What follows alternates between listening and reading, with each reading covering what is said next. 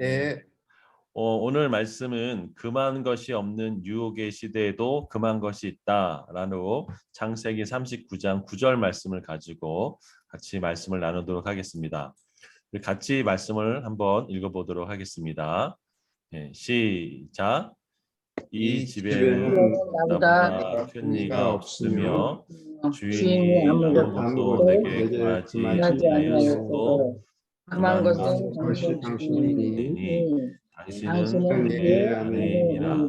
내가 그런즉 즉 내가 내가 이것이 이를 이것이 악을 행하여 악을 악을 하나님께 행하여 하나님께 지으리까. 하나님께 하나님께 죄를 죄를 지으리까. 지으리까. 아멘. 음. 어, 이게 이제 미국에 있는 타임스퀘어의 이제 장면을 제가 가지고 왔습니다. 화려하고 또 물질이 넘치고 유혹이 넘치는 시대에 저희는 살고 있습니다. 확실히 시골과 이 서울은 그런 차이가 많다라는 느낌을 참 많이 가질 때가 있습니다. 뭐 잠깐 주위를 둘러봐도 우리는 많은 물질과 또 그것에 따른 유혹이 넘치는 시대를 살고 있죠. 저는 이 시대를 이게 바라보면서 어떻게 이 시대를 살아갈 것인가, 그리고 나는 정말 지금 바른 길로 가고 있는가라는 그런 질문을 때때로 해볼 때가 많이 있습니다. 여러분들은 어떠신지요? 저는 오늘 그 삶의 끝자락에 몰린 위대한 하나님의 사람 요셉에 대해서 같이 나누고 싶습니다. 요셉은 부잣집 도련님이었죠. 그리고 부족함이 없이 살았고 또 다만 어머니가 일찍 돌아가시기도 했지만 그의 아버지에게 남다른 형제들에게도 시기와 질투를 받을 만큼 정말 따뜻한 사랑을 받았던 그 편애의 사랑을 받았던 요셉이었습니다. 하지만 그 요셉이 친구들의 형제들의 시기와 질투로 인해서 어느 날 애굽의 노예로 팔려가게 되었습니다. 그러면 이 노예가 무슨 희망이 있었을까라는 것이죠. 그럼 노예가 무슨 희망이 있나요? 삶에 소망이 없죠. 그런 요셉에게 유혹이 찾아옵니다. 요즘 오징어 게임이라고 해서 정말 전 세계적으로 우리나라의 뭐 영화가 넷플릭스에서 뭐 1위를 할 정도로 대단했지만 사실 그것을 보면 요셉처럼 삶의 끝자락에 몰린 사람들이 자신의 목숨을 걸고 저 돈을 향해서 쫓아가는 그런 얘기가 바로 오징어 게임의 주 내용 중에 하나죠. 사람들은 이 돈 때문에 유혹을 받기도 하고 또 그것 때문에 인생에 후회할 만한 그런 일들을 하죠. 여러분들은 어떠십니까? 이렇게 선택의 기로 속에서 눈 한번 감으면 엄청난 돈이 들어올 수 있는 그런 시대를 우리는 살고 있는지 모릅니다.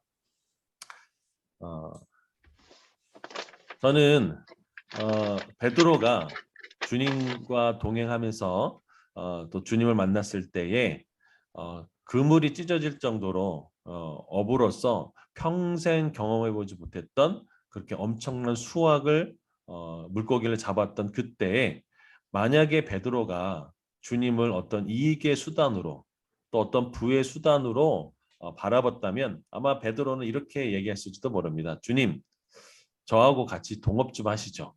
주님이 던지라는 곳에 제가 그물을 던질 테니까 주님이 말씀하시면 제가 끌어올리겠습니다. 뭐 6대4, 뭐 5대5 뭐 이런 얘기를 할 수도 있었겠죠.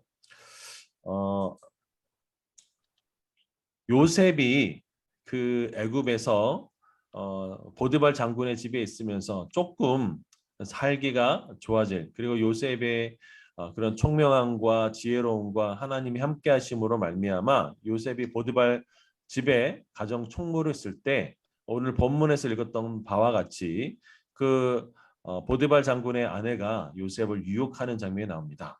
이 요셉이 받았던 그 유혹은 요즘 현대 사회에서 책으로 나올 만큼 돈과 권력과 성에 대한 그런 유혹의 시대를 다 받았던 유혹을 받았던 요셉이었던 것이죠. 여러분 요셉이 무슨 희망이 있었습니까? 노예로서 무슨 뭐 소망이 둘 수 있었을까요? 저는 어떻게 그 요셉이 그 삶의 끝자락에서 인생의 어쩌면 마지막이라고 하는 그 밑바닥에서 어떻게 그는 위대한 하나님의 사람으로 되었을까? 그것이 참 많이 궁금했었습니다. 요셉을 무엇이 어, 요셉으로 하여금 정말로 하나님의 사람으로 정말 만들어졌을까라는 것을 고민하다가 제가 만났던 구절이 오늘 읽었던 창세기 39장 9절의 말씀이었습니다. 제가 다시 한번 읽어드리겠습니다. 이 집에는 나보다 큰 이가 없으며 주인이 아무것도 내게 금하지 아니하였어도 금한 것은 당신뿐이니 라고 되어 있습니다. 제가 이 구절을 읽다가 충격을 받았습니다. 주인은 금하지 않았습니다. 요셉이 하고 싶은 대로 마음껏 할 수 있었습니다. 그런데 요셉은 스스로 금했던 사람이었죠. 제가 이 구절을 읽으면서 마치 전율이 오는 것처럼 요셉이 위대한 점은 바로 여기 있었구나. 그러면서 이렇게 얘기합니다. 당신뿐이니 당신은 그의 아내이니라. 그런즉 내가 어찌 이 큰 악을 행하여 하나님께 죄를 지으리까라고 말씀하고 있습니다.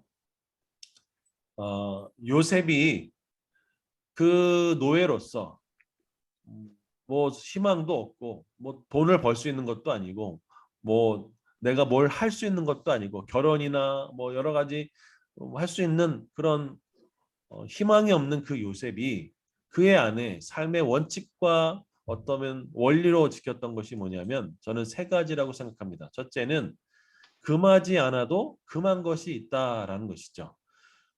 아무것도 제재하지 않지만 스스로 하나님 앞에서 또 주인과 관계 속에서 금한 것이 있었다라는 것이고 두 번째는 하나님께 내가 어찌 이 악을 행해서 죄를 짓겠는가라는 것이었죠.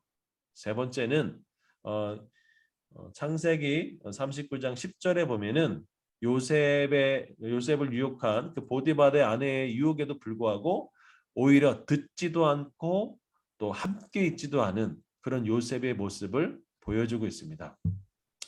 오늘 이 부분을 조금 더 나눠보고자 합니다. 첫 번째는 금하지 않아도 금한 것이 있는 바로 당신이다라고 말하는 요셉입니다. 많은 청년들을 만나보면 그런 얘기를 합니다. 목사님, 성경에 술 먹지 말라고 담배 피지 말라고 하는 말이 어디 있습니까? 그런 말 없잖아요. 라고 물을 때가 참 많습니다.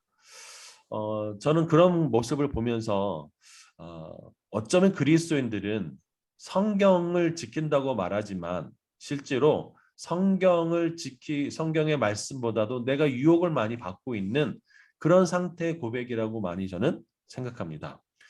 물론 성경에는 우리 삶의 구체적인 지침들에 대해서는 잘 나와 있지 않은 부분도 있습니다.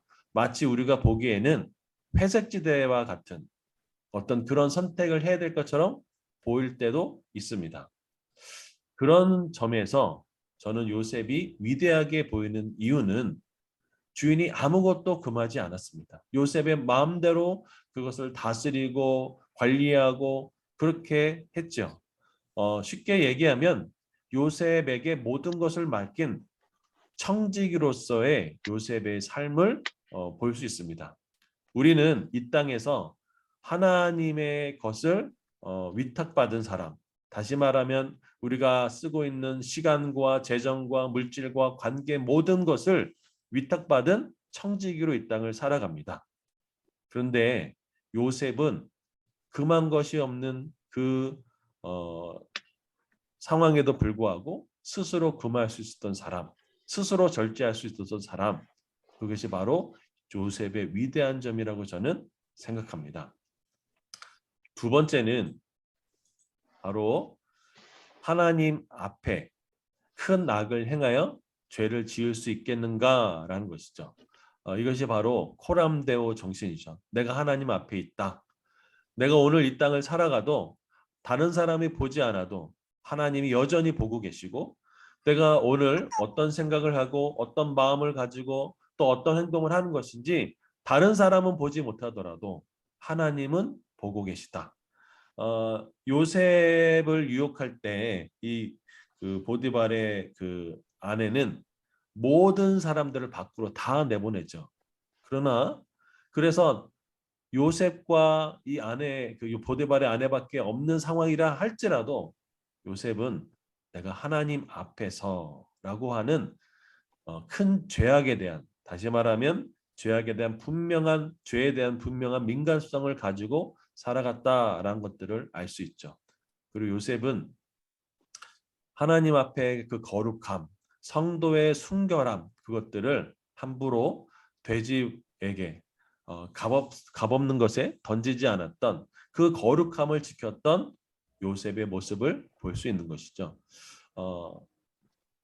그리스도인들의 힘, 또 성도의 힘이라고 하는 것은 거룩함에 있다고 많은 분들이 말씀합니다. 소금이 그 맛을 잃으면 사람들에게 밟힐 뿐이라고 말씀하셨던 예수 그리스도의 말씀과 같이, 우리가 그리스도인들이 이 거룩함을 상실하고 죄에 대한 민감성이 떨어지고 하나님 앞에서 내가 오늘도 살아가겠다니 코람데오 정신이 약해지고 있는 그 유혹의 시대, 물질의 만능의 시대에 요셉은 우리에게 무엇이 옳은가를 보여주고 있는 사람이라고 저는 생각합니다. 세 번째는 창세기 39장 10절 말씀인데요. 제가 읽어드리겠습니다. 여인이 날마다 요셉에게 청하였으나 요셉이 듣지 아니하여 동참하지 아니할 뿐더러 함께 있지도 아니하니라 라고 말씀합니다. 금묵자학이라는 사자성어가 있죠. 검은 먹을 가까이 하면 검어진다 라는 것이죠. 처음에는 저 하지 않습니다, 괜찮습니다 라고 거절을 누구나 할 수 있지만, 계속 그 자리를 듣고 계속 그 소리를 듣고 한다면 점점점 자기도 모르는 사이에 유혹의 자리에 있을 수 있는 것이죠. 요셉은 그 자리를 아예 만들지도 않았고 그 소리를 아예 듣지도 않았다라는 것들을 알 수 있습니다. 유혹의 자리, 그 청년, 희망이 없고 그냥 눈 한번 찔끔 감으면 편하게 노예 생활을 할 수 있고,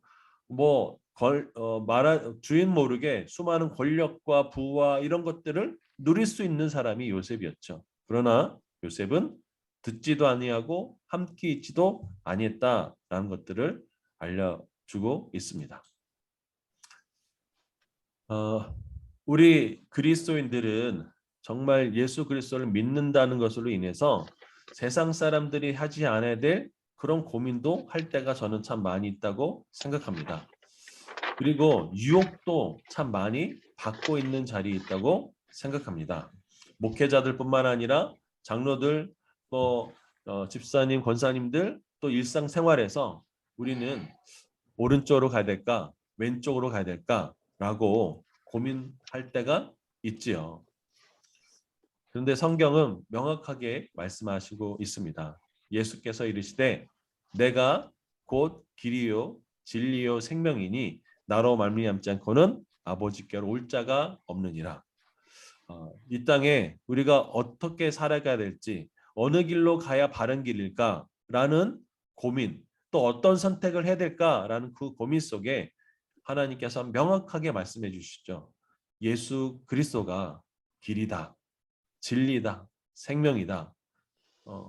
저도 수많은 선택의 상황 속에서 늘 고민할 때가 많이 있습니다. 이걸 해야 되냐 말아야 되냐, 이걸 따라가야 되냐 말아야 되냐. 그럴 때마다 하나님께 묻고, 하나님이 길이고 진리요 생명이니까 저에게 알려주십시오. 금한 것이 없는 이 시대에 하나님, 제가 어떻게 살아가야 될지 알려달라고. 그러면 그런 부분들이 명확해질 때가 많이 있는 것들을 보게 됩니다. 요셉의 원칙을 다시 한번 상기해 보고자 합니다. 금한 것이 없어도, 또 주인이 금하지 않았어도 나는 금한 것을 스스로 만들어냈던 바로 요셉. 하나님 앞에서 죄를 결코 범하지 않겠다고 또 죄에 대한 민감성을 가지고 그 거룩함을 지켰던 그 요셉 그리고 그 유혹의 자리, 유혹을 하는 그 소리를 듣지도 않고 또 함께하지 않았던 그 요셉의 원칙 그것이 바로 요셉을 위대한 하나님의 사람으로 만든 일이라고 저는 생각합니다.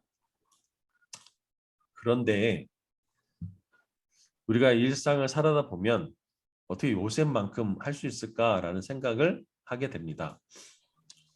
때로는 우리가 이미 유혹을 받을 수도 있죠.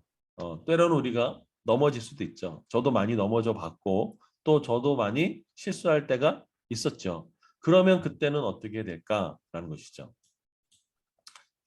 이스라엘의 역사가 그랬습니다. 이스라엘 역사는 하나님 앞에 범죄하고 돌아오고 범죄하고 돌아오고 범죄하고 또 돌아오고 넘어졌다 깨지고 그리고 돌아오는 그 역사가 바로 이스라엘의 역사였다는 것이죠.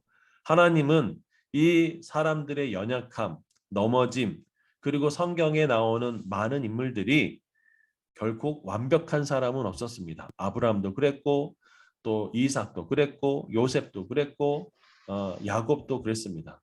그러나 여전히 하나님께서는 그런 넘어진 사람들에게도 하나님께서 하나님의 은혜의 손길을 베풀어 주셨다라는 것이죠. 저는 그것이 성경이라고 생각합니다. 넘어졌어도 다시 일어날 수 있다. 무너졌어도 다시 회복할 수 있다고 말씀하시는 것.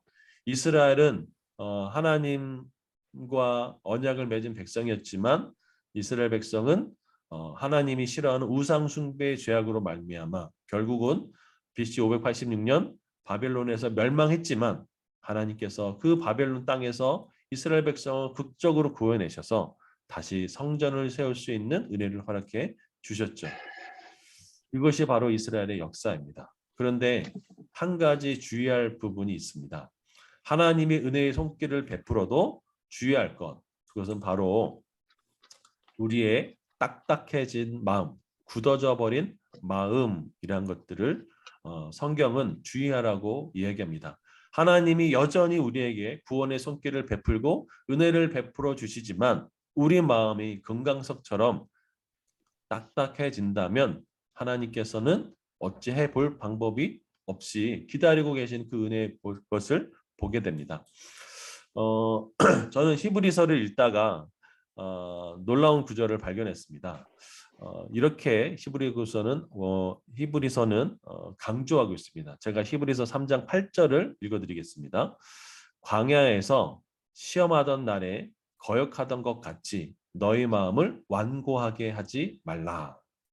이 너희 마음을 완고하게 하지 말라라는 구절이 히브리서 3장 8절, 3장 13절, 3장 15절, 4장 7절에 걸쳐서 계속 이야기하고 있습니다. 히브리서 기자는 시험 받을 때, 또 광야에서 어려움을 당하고 있을 때, 요셉이 삶의 끝자락에 있을 그때, 그리고 이스라엘 백성이 광야에서 있을 때에 그들이 가나안에 들어가지 못했던 것은 너희 마음을 완고하게 했기 때문이다라고 하는 것이죠. 하나님의 은혜의 손길을 뿌리치는 것은 그 마음이 딱딱해질 때 우리는 하나님의 은혜에도 불구하고 여전히 이 광야에서 가나안 들어가지 못하는 그 이스라엘 백성들의 모습이 있을 수 있다라는 것이죠. 저도 지금까지 살아오면서 마음이 완악해 본 적도 있고 딱딱해져서 하나님이 나에게 은혜를 주실 수 있을까라는 생각을 할 때가 있었습니다. 근데 여전히 하나님은 동일하게 저에게 은혜를 주셨고 그 은혜의 단비를 경험했던 일들이 많습니다.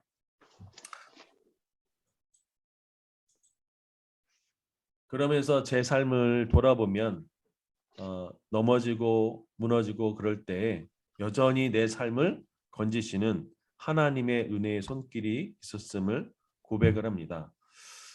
저는 신대원을 다녔을 때에 재정적으로 그 유혹을 받은 거죠.